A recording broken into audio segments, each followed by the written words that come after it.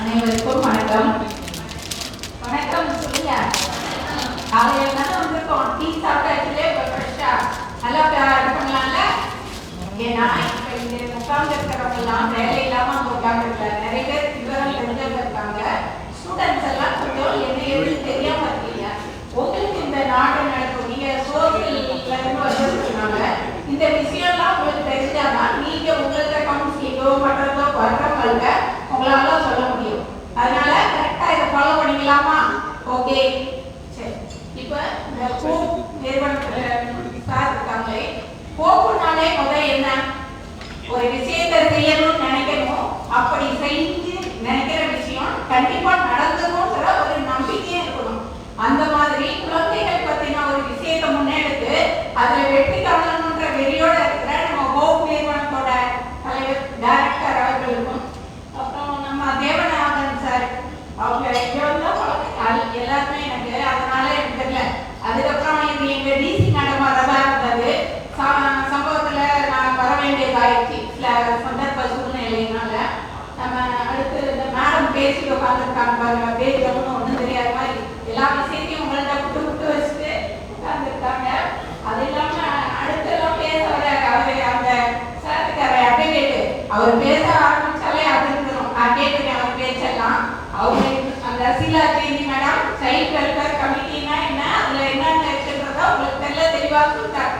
இப்படி எல்லாரும் நல்ல ஜீனியஸா இருக்கிற ஒரு இடத்துல நான் மட்டும்தான் ஒரு இன்ஸ்பெக்டரா இங்க பேச வந்திருக்கேன். இருந்தாலும் நான் சொல்றது கொஞ்சம் கேட்டுக்கோங்க, ஓகேவா? இப்ப சைல்டு நம்ம வந்து crime against women and children யூனிட்டோட இன்ஸ்பெக்டர் மாதிரி என் பேர் நவரத்னம். இப்போ கிரைம் அகேன்ஸ்ட் விமன் அண்ட் சில்ட்ரன்னா என்ன, பெண்களுக்கும் குழந்தைகளுக்கும் எதிராக நடக்கிற குற்றங்களை தடுக்கிறதுக்கான ஒரு பிரிவு, தடுக்கிறது மற்றும் மானிட்டர். இப்ப நம்ம சென்னை சிட்டியில மட்டும் 38 ஏடபிள்யூபிஎஸ் இருக்கு. மொத்தமா தமிழ்நாடு ஃபுல்லா 202 ஏடபிள்யூபிஎஸ் பெண்களுக்கான பெண்களோட குற்றங்கள் குழந்தைகளான குற்றங்களை மட்டும் விசாரிக்கிறதுக்கு 202 போலீஸ் ஸ்டேஷன் இருக்கு. All women police station. அங்க மென் சம்பந்தப்பட்டது கிடையாது. அங்க இருக்கிறவங்க எல்லாருமே விமன்ஸ் தான் இருப்பாங்க. உங்களோட குறைகளை கேட்கறதுக்கு தயாரா இருக்காங்க. அவங்கள்ட்ட போய் உங்க விஷயத்தை நீங்க சொன்னீங்கன்னா கண்டிப்பா இது பண்ணுவாங்க. சார் சொன்ன மாதிரி இது ஒரு ஏடிஜிபியோட தலைமையில தமிழ்நாடு ஃபுல்லா கண்ட்ரோல் பண்றதுக்கு ஒரு ஏடிஜிபி முன்னாடி இருந்தாங்க. இப்ப அந்த போஸ்ட் ரீக்ரியேட் பண்ணி ஐஜி தலைமையில ஒரு 2 எஸ்பி அங்க இருப்பாங்க. சிடபிள்யூசில ஹெட் குவார்ட்டர் வந்து அசோக் நகர்ல இருக்கு. நம்ம சென்னை சிட்டிக்கு வந்து 1000 லைட்ல கமிஷனர் ஆபீஸ்ல தான் இருக்கணும். ஆனாலும் அங்க இடம் பத்தாத துறையினால இப்ப 1000 லைட்ல இருந்து ஒரு டிசி கண்ட்ரோல், டிசினா டெப்டி கமிஷனர், அதை டிஸ்ட்ரிக்ட்ல எல்லாம் அடிஷனல் எஸ்பி. டிஸ்ட்ரிக்டை பொறுத்த வரைக்கும் சூப்பரண்ட் ஆஃப் போலீஸ்னுவாங்க எஸ்பியை. சிட்டிஸ்ல மட்டும் டெப்டி கமிஷனர் சொல்லுவாங்க. அதே மாதிரி அடிஷனல் டெப்டி கமிஷனர் இல்ல அடிஷனல் எஸ்பி லெவல்ல உங்களுக்கு எல்லா டிஸ்ட்ரிக்ட்லயும் இருப்பாங்க. அவங்களோட கண்ட்ரோல்ல ஏடபிள்யூபிஎஸ் எல்லாம் இயங்கும். மானிட்டரிங் சிஸ்டம் கரெக்டா பண்ணுவாங்க. இப்போ ஒரு கேஸ் நடக்குது, அந்த கேஸ் வந்து அவங்க சரியா நடவடிக்கை எடுக்கலைன்னா அதை நடவடிக்கை எடுக்க சொல்றதுக்கும் அதை வந்து ஹையர் ஆபீசரோட நாலேஜ் கொண்டு போய் அதுக்கான பாசிபிலிட்டிஸ் பண்றதுக்காக தான் இந்த யூனிட் இருக்கு. சரியா? இப்போ நமக்கு எனக்கு கொடுத்த டாபிக் வந்து prevention of crime against children. இப்ப சில்ட்ரனோட கிரைம் நடக்கிறத நாம எப்படி தடுக்கணும் சொல்லுங்க. குழந்தைகள் எப்பவுமே விக்டிமா தான் இருக்காங்க. சார் பேசும்போது சொன்னாரு அவரோட பேச்சுல இருந்த வேகம் எப்படியாவது இந்த சில்ட்ரனுக்கு நடக்கிற குறைய அடுத்த செகண்டே ஒழிச்சிடணும் அப்படின்ற மாதிரி இருக்காரு. அவரோட நம்பிக்கை வந்து வீண் போகக்கூடாது. அந்த நம்பிக்கை வந்து நல்லபடியா நிறைவேறணுங்கிறத நம்ம ஆண்டவன் கிட்ட வேண்டிப்போம். அவங்க பேசுவாங்களான்னு கேட்கணும்னு நினைச்சிருந்தீங்கன்னா ஓரளவுக்கு நல்லா பேசிருக்கேன்னு அர்த்தம். இல்ல இவங்க வந்துட்டாங்களே நினைச்சீங்கன்னா ஏதோ இது பண்ணியிருக்கேன்னு அர்த்தம். அதனால கொஞ்சம் எல்லாருமே ஓரளவு ஆர்வமா தான் இருக்கீங்க. அதனால கொஞ்சம் பேசுகிறேன். இப்ப குழந்தைகளுக்கு எதிராக நடக்கிற குற்றங்களை நம்ம எப்படி எல்லாம் தடுக்கலாம்? ஃபர்ஸ்ட் பேரண்ட்ஸ் எப்படி இருக்கணும்? ஃப்ரெண்ட்லியா இருக்கணும். ஆனா அவங்கள்ட்ட பேசுறதே இல்லை. சார் ஒரு விஷயம் சொன்னாரு, நெக்லிஜென்ஸ் கூட ஒரு குழந்தைய இதுவாகிக்கணும். நம்ம நிறைய வீட்டில் நடக்கிறது அந்த குழந்தைகளை கண்டுக்காம போறது. இது போலீஸ் டிபார்ட்மெண்ட்லயே நிறைய நடக்கும். எப்படின்னா 2 பேரும் வேலைக்கு வந்துருக்கோம், எங்க பிள்ளைங்களை பார்க்கறதுக்கே நாதி இருக்காது. நிறைய முன்னாடி எல்லாம் சொல்லுவாங்க போலீஸ்காரங்கள பொறுக்கியா இருக்கும். அதுக்கு காரணம் குழந்தை மேல எப்பயுமே பிறக்கும் போது குழந்தைகளா நல்ல குழந்தை தான் சொல்லியிருக்காங்க. மண்ணில் பிறக்கும்போது எல்லா குழந்தையும் நல்ல குழந்தை தான். அது நல்லவனாவதும் தீவனாவதும் அன்னை வளர்க்கல. ஆனா அந்த அன்னை அங்க உட்காந்து வளர்க்கவே முடியலன்னா அந்த குழந்தை எப்படி இருக்கும்? நல்லது கெட்டது எடுத்து சொல்லலைன்னா எப்படி இருக்கும்? அது வந்து இந்த போலீஸ் டிபார்ட்மெண்ட்டுக்கு வரவங்களுக்கு. ஆனா இப்ப அப்படி கிடையாது. என்னதான் இருந்தாலும் அதுக்கான சேஃப்டி மெஷர்ஸ் பண்ணிட்டு வந்துடுறாங்க. இப்ப எல்லா போலீஸ்காரங்க பிள்ளைங்க எப்படி இருக்கு? எல்லாம் ஐஏஎஸ் ஐபிஎஸ்ன்னு பெரிய லெவல்ல தான் வந்துருக்கு.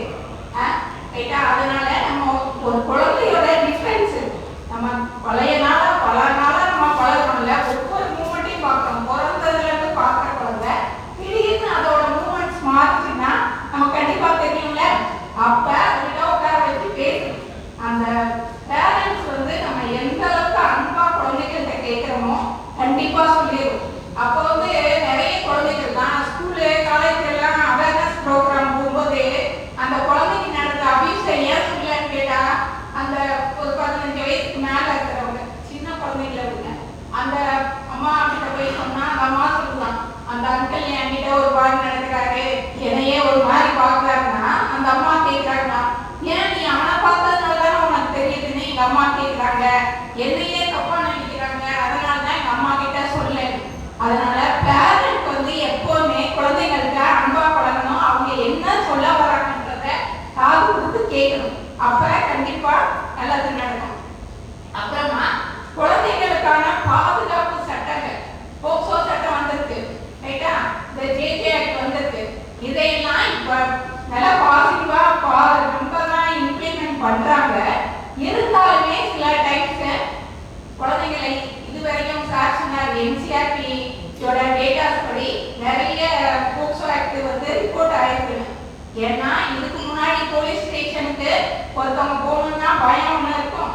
பயத்தை தாண்டி கிராமத்துல எல்லாம் என்ன செய்வாங்க, போலீஸ் ஸ்டேஷனுக்கு ஏதாவது செத்து போயிட்டு இருந்தா வந்தோடனே கையை கால கழுவிட்டு குளிச்சுட்டு உள்ள வரணும்வாங்க. அந்த மாதிரி போலீஸ் ஸ்டேஷன் யாரும் கால் வைக்க கூடாத இடமா? சொல்லுங்க, கால் வைக்க கூடாத இடமா? இல்ல ஏதோ ஒரு போலீஸ் எங்கேயோ ஒரு மூலையில ஒரு தவறு பண்றாங்கன்றதுக்காக எல்லா போலீஸையும் ஒட்டு மொத்தமா தவறா நினைச்சிடாதீங்க. போலீஸ் உங்கள் நண்பன் தான். இப்பெல்லாம் எங்க போனாலும் போலீஸ் ஸ்டேஷனுக்கு நீங்க போனீங்கன்னா கைடா உட்கார வச்சு உங்கள்ட்ட இருக்கிற விஷயம் என்னன்னு கேட்டு உங்களுக்கு ஹெல்ப் பண்றதுதான் எல்லாம் இருக்காங்க. ஆனா நீங்க பழைய காலத்து போலீஸை நினைச்சிட்டு எல்லாருமே போறதுக்கு தயங்குறீங்க. ஆனா இப்ப நாங்க எல்லா ஸ்கூல் காலேஜ் பப்ளிக் பிளேசஸ் எல்லாம் போடுற அவேர்னஸ் வச்சு எல்லாமே இப்ப கேசஸ் ரிப்போர்ட் ஆகுது. இப்ப என்சிஆர்டில போக்சோ கேஸ் நிறைய ரிப்போர்ட் ஆகுதுன்னா காரணம் என்னன்னா போலீஸ் மேல நம்பிக்கை, அதோட நம்ம போய் ரிப்போர்ட் பண்ணுனா நமக்கு நல்லது நடக்கும்ன்ற அவங்களோட கான்ஃபிடன்ஸ். அதனாலதான் இப்போ நிறைய இருக்குது. அதனால இந்த போக்சோ சட்டமும் ஜுனைல் ஜஸ்டிஸ் ஆக்ட்னு ஒண்ணு இருக்கு, எல்லாருக்கும் தெரியும்ல. அந்த ஆக்டை நம்ம வந்து இம்ப்ளிமெண்ட் பண்ணியே தீரணும். இந்த ஆக்டை இம்ப்ளிமெண்ட் பண்றதுனால நிறைய பண்றாங்க. இப்ப தப்பு பண்ண குழந்தைகளும் இருக்கு. குழந்தைகள் 2 விதமா இருக்கு. ஜேஜே ஆக்டும் 2 விதமா இருக்கு. ஒன்னு கேர் அண்ட் ப்ரொடெக்ஷன், பாதுகாப்பும் பராமரிப்பும் தேவைப்படுற குழந்தைகள் ஒண்ணு இருக்கும். இல்ல தப்பு பண்ணிட்டு அதுல இருந்து வெளிவரதுக்கான கவுன்சிலிங் தேவைப்படுற குழந்தைகள் இருக்கும். குழந்தைகள் 2 விதமா இருக்கும் போது அந்த பாதுகாப்பும் பராமரிப்பும் தேவைப்பட்டு ரோட்ல பிச்சை எடுத்துட்டு அது மாதிரி நிறைய அந்த அனாநகர் அந்த மாதிரி ஏரியால நிறைய இருக்காங்க.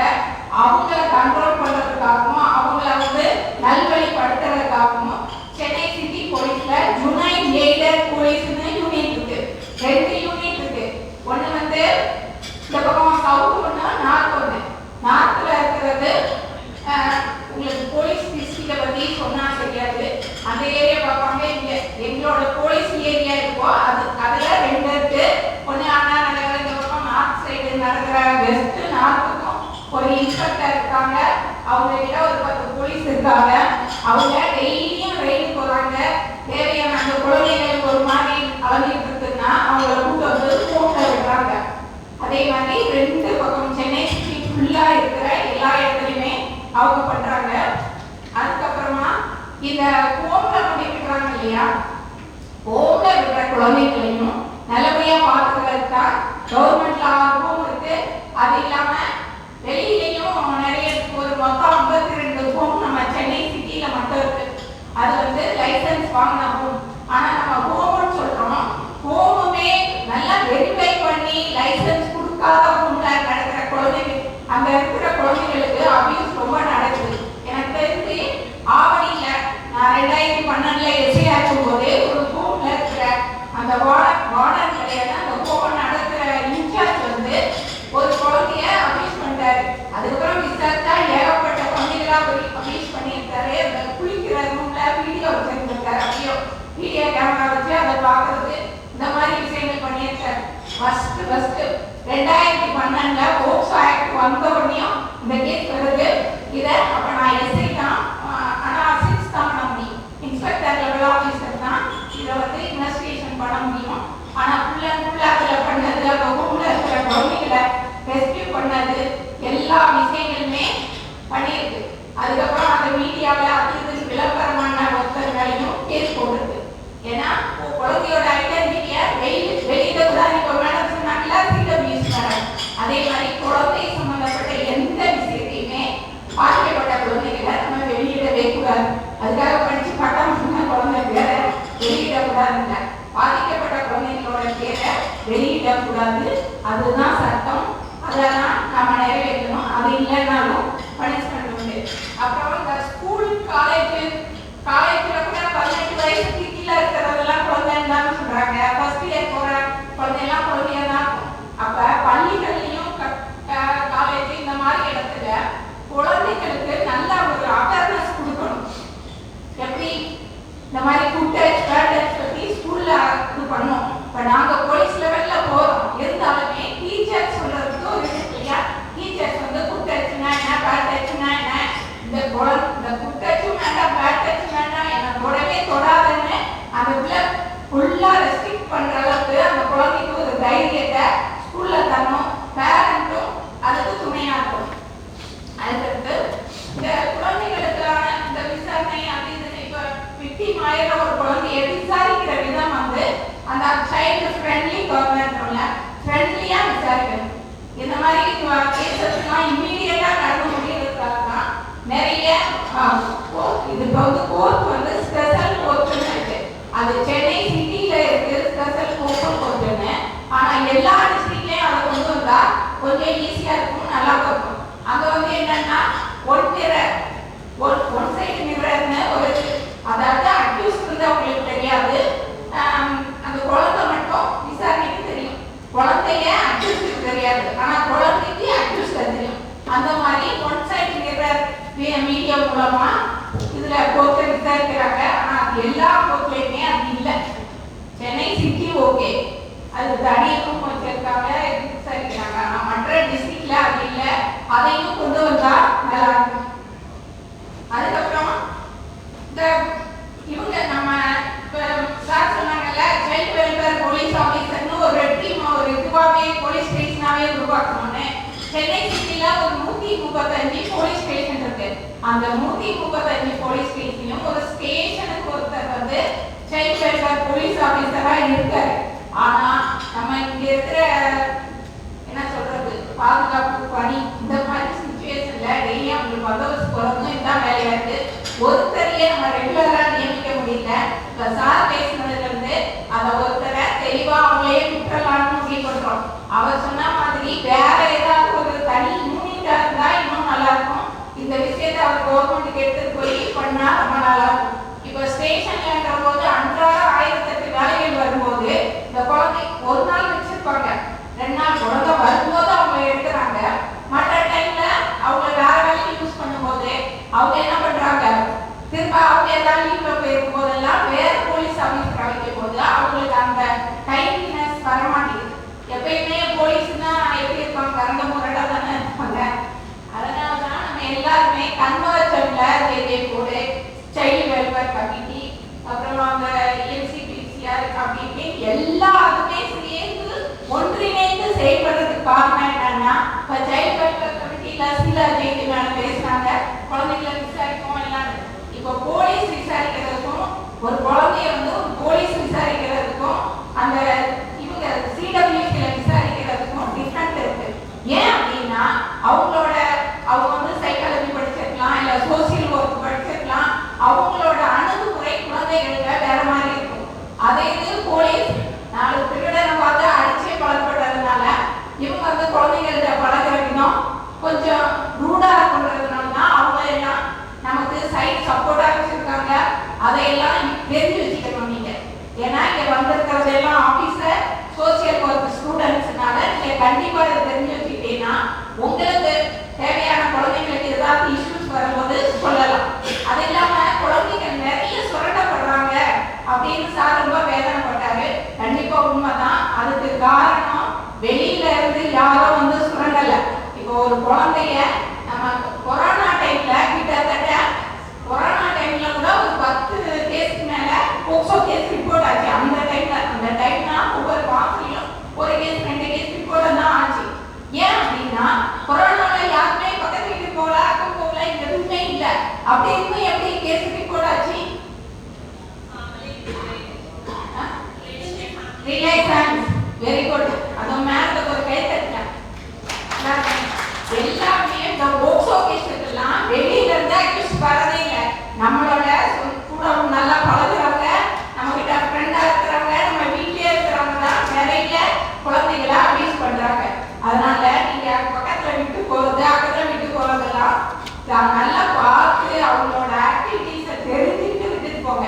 குழந்தைகளை யாரையும் நம்பி விடாதீங்க.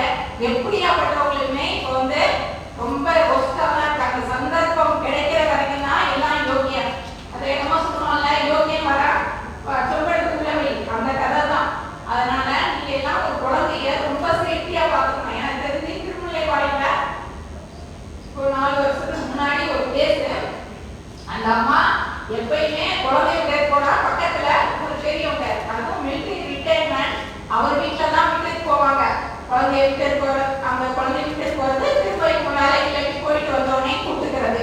இந்த குழந்தையும் தாத்தா பாட்டியும் அவ்வளோ தூரம் அவங்கள்ட்ட அன்பா இருக்கிற ஒரு குழந்தைய அந்த தாத்தா ஒரு நாள் என்ன பண்ணிட்டாரு, அபியூஸ் பண்ணிட்டாரு. அதோட விட்டாரா? அதை பத்தி குழந்தை எங்க வெளியில சொல்லிட்டு போனேன். வீட்டு பாத்ரூம்ல இருக்கிற வாளியில முக்கி வச்சிட்டாரு. இந்த கதை யாருக்கு தெரியுமா? வாளியில முக்கி வச்சிட்டாரு. குழந்தை செத்து போச்சு. கடைசியா அம்மா வந்து வேலைக்கு போயிட்டு வந்து குழந்தைய காணான்னு தேடுது. அந்த ஆளும் அவங்க ஒய்ஃபுமே சேர்ந்து தேடுறாங்க. ஒய்ஃபுக்கு அந்த விஷயம் தெரியும், வெளியில சொல்ல. அப்ப எல்லாருமே சேர்ந்து தேடுறாங்க, குழந்தைய காணோம். இவருமே நல்லவர் மாதிரி கூட சேர்ந்தா தேடுறாரு. அப்புறமா அவரோட ஆக்டிவிட்டீஸ்ல கொஞ்சம் சேஞ்சஸ் தெரிஞ்சதுனால அவரை கொஞ்சம் போஸ்ட் பண்ணி விசாரிச்ச உடனே அவர் தான் அந்த மாதிரி அபியூஸ் பண்ணி குழந்தைய வெளியே சொல்லிடுன்னு கொண்டு பாத்ரூம்ல வச்சிருக்கிறதா சொல்றாரு. வாடியில முக்கிற மாதிரி குழந்தை செத்து. அதுக்கப்புறம் அந்த அவர் மட்டும் இல்ல, அவங்க ஒய்ஃபும். ஏன்னா இந்த போக்சோ சட்டத்துல ஒரே ஒரு விஷயம் என்னன்னா, உங்களுக்கு தெரிஞ்ச விஷயத்த ஒரு அபியூசருக்கு ஒரு குழந்தை தெரிஞ்சுக்கணும். நீங்க அதை வெளியே சொல்லலைன்னா உங்களுக்கு பனிஷ்மெண்ட் இருக்கு. உங்களுக்குன்னா நீங்க சொல்லாம இருக்க போறது இல்லை. பொதுவா அதை மறைக்கிறவங்களுக்கும் பனிஷ்மெண்ட் இருக்கு. அது மாதிரி ஹஸ்பண்ட் அண்ட் ஒய்ஃப் 2 பேருமே ஜெயிலுக்கு போயிட்டாங்க. அந்த மாதிரி எல்லாமே நம்ம நம்பி இருக்கிறவங்க தான் நமக்கு அபியூஸ் பண்றாங்க குழந்தைன்றப்ப நீங்க கண்டிப்பா அதை வந்து குழந்தைய பாதுகாப்பா நம்ம தான் வச்சுக்கணும், நம்ம குழந்தைய. ரைட். இப்ப இந்த குழந்தைக்கு ஏதாவது சம்பவம் நடந்துருச்சு, அந்த குழந்தைய பத்தின விஷயத்தை நம்ம சொல்லணும்னா போலீஸ் ஸ்டேஷன் வர்றதுக்கு சில பேர் பயப்படலாம். இப்ப கூட போகக்கூடாத இடமா கூட நினைக்கலாம். அப்படி நினைக்கும் போது நீங்க நேரா போலீஸ் ஸ்டேஷன்ல வந்து தான் சொல்லணும்ன்ற அவசியம் கிடையாது. எல்லாருக்கும் சைல்ட் ஹெல்ப் லைன் நம்பர் தெரியுமா? தெரியுமா? Very good. 1098. இந்த 1098 கால் பண்ணா அடுத்த செகண்ட் போலீஸ் உங்க வீட்டுக்கு வரும். என்ன மேட்டர்னு விசாரிக்கும். உங்களுக்கு தேவையான பாதுகாப்பு நடவடிக்கையும் உங்களுக்கு தேவையான சேஃப்டி மெஷர்ஸ் கண்டிப்பா பண்ணி கொடுக்கும். அதனால நீங்க இந்த 1098 கண்டிப்பா மனசுல வச்சுக்கோங்க. அதுக்கு கால் பண்ணுங்க, உங்களுக்கு தேவையானது கண்டிப்பா கிடைக்கும். ரைட்டா? அடுத்தது இந்த குழந்தைகளுக்கு கட்டாய கல்வி கண்டிப்பா முக்கியம். 14 வயசு ஓகே ரைட். ஓகே, டைம் முடிஞ்சது. கொஞ்சம் அர்ஜென்ட்டா முடிச்சு. குழந்தைங்களுக்கு கட்டாய கல்வி ரொம்ப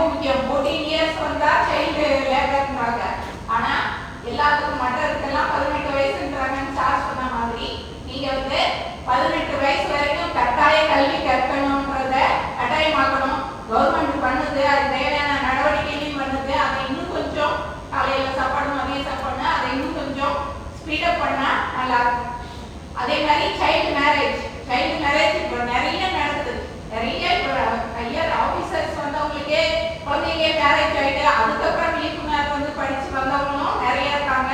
அதனால சைல்டு மேரேஜை தடுக்கிறதுக்கு நீங்க நிறைய இது பண்ணணும். அப்புறம் காவல் உதவியாக்கணும் ஒண்ணு இருக்கு. இது எல்லாம் லேடிஸ் எல்லாம் இங்க இருக்கிறதுனால சொல்றேன், இது சைல்டுன்றதுக்காக இல்ல. காவல் உதவியாக இருக்கிறது எத்தனை பேருக்கு தெரியும்? தெரியும். இதை டவுன்லோட் பண்ணி எத்தனை பேர் வச்சிருக்கீங்க? ஒரே ஒருத்தர். இத்தனை பேருக்கு காவல் உதவியாக இருக்குன்னு தெரியும், ஆனா ஒரே ஒருத்தர் மட்டும் ஒரே ஒருத்தர் மட்டும் தான் டவுன்லோட் பண்ணியிருக்கீங்கன்னா என்ன அர்த்தம்? அது எல்லாம் நமக்கு கவர்மெண்ட்ல எல்லா ஃபெசிலிட்டிஸும் தர்றாங்க, அதை பயன்படுத்துறதுக்கு நாம தயாரில்லைன்னு அர்த்தம். இப்போ அந்த காவல் உதவி ஆப்பை டவுன்லோட் பண்ணிட்டு உங்களுக்கு தேவையான 2 பேரோட நம்பரை கொடுத்துட்டு நீங்க 3 முறை சேவ் பண்ணா கூட போதும். ஆபத்து காலத்துல தனியா மாட்டிக்கிட்டீங்க, உங்களுக்கு எந்த ஹெல்ப்புமே கிடைக்கலன்றப்ப ஒரு 3 சேவ் பண்ணா போதும், போலீஸ் கண்ட்ரோல் விட்டு உங்க லைவ் லொகேஷனோட போகும். அதான் இம்பார்ட்டன்ட். அப்படி போகும்போது உங்களுக்கு தேவையான என்ன பாதுகாப்பு கொடுக்கணுமோ அதை கொடுத்துருவாங்க. இதெல்லாம் பயன்படுத்திக்கோங்க. வேற ஏதாவது உங்களுக்கு சொல்லணும்னு இருந்தா எனக்கு அந்த கேள்வி நேரத்தில் கேளுங்க. ரைட்டா? ஏன்னா என்னோட டைம் முடிஞ்சிருக்காங்க. தேங்க்யூ. அப்புறம் இப்போ மென்டலா கவுன்சிலிங் ஏதாவது தேவைன்னா கூட ஒரு மாதிரி எனக்கு வந்து ஒரு மாதிரி இருக்கு, தற்கொலை பண்ணிக்கலாம் போல இருக்கு, இந்த குழந்தைக்கு ஒரு மாதிரி மனநிலை பாதிக்கப்பட்டிருக்குனாலோ 14 416 ஒரு நம்பர் இருக்கு. அதுல நீங்க போன்லயே உங்களுக்கு தேவையான கவுன்சிலிங் பத்திக்கலாம், அதையும் நீங்க எடுத்துக்கணும். ஓகேவா? என் டைம் முடிஞ்சு போச்சு. எல்லாரும் அமைதியா